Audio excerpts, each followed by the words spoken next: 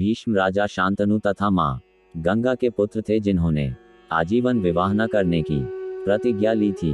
इसलिए उनके पिता की मृत्यु के पश्चात उनकी सौतेली माँ सत्यवती के पुत्र विचित्रवीर्य राजा बने। उनकी माँ सत्यवती ने विचित्रवीर्य के लिए योग्य कन्या को लाने को कहा। यह आदेश पाकर भीष्म काशी नगरी पहुँचे, जहाँ अम्बा, अंबिका और अम्बालिका के स्वयंवर की तैयारी चल रही थी। वे तीनों ही काशी की राजकुमारी तथा बहनें थी।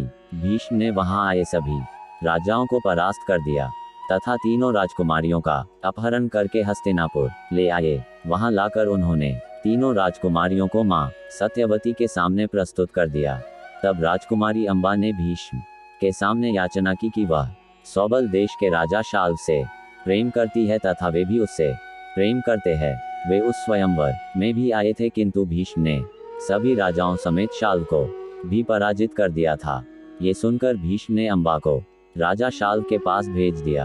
अम्बा राजा शाल्व के पास गई तथा स्वयं को पत्नी रूप में स्वीकार करने को कहा। चूंकि भीष्म भरी सभा से राजा शाल्व को परास्त कर राजकुमारी अम्बा को हर कर ले गए थे, इसलिए उन्होंने अम्बा को पत्नी रूप में स्वीकार करने से मना कर दिया।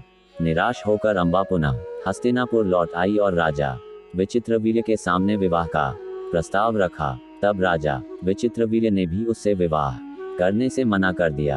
हताश अम्बा ने भीष्म से विवाह करने का प्रस्ताव रखा, लेकिन भीष्म ने अपनी प्रतिज्ञा याद दिलाते हुए उससे विवाह करने से मना कर दिया। ये सुनकर अम्बा को अत्यधिक क्रोध आ गया तथा भीष्म से बदला लेने के लिए वह वहां से चली गई।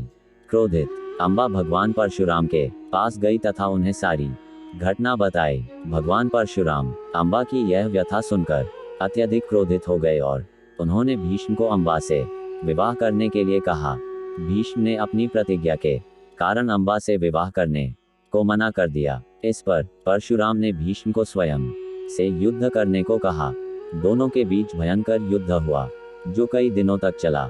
चूंकि परशुराम भगवान विष्णु का रूप थे तथा भीष्म को इच्छा मृत्यु का वरदान प्राप्त था, इसलिए इस युद्ध में कोई भी पराजित नहीं हो सका।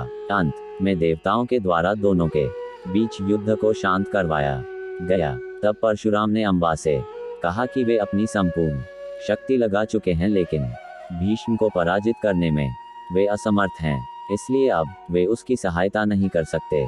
निराश अम्बा ने भगवान शिव की कठोर तपस्या की तथा उनसे वरदान मांगा कि भविष्य में वह भीष्म की मृत्यु का कारण बने। भगवान शिव के वरदान से अम्बा अगले जन्म में शिखंडी के रूप में जन्मी तथा महाभारत के युद्ध में भीष्म की मृत्यु का कारण बनी।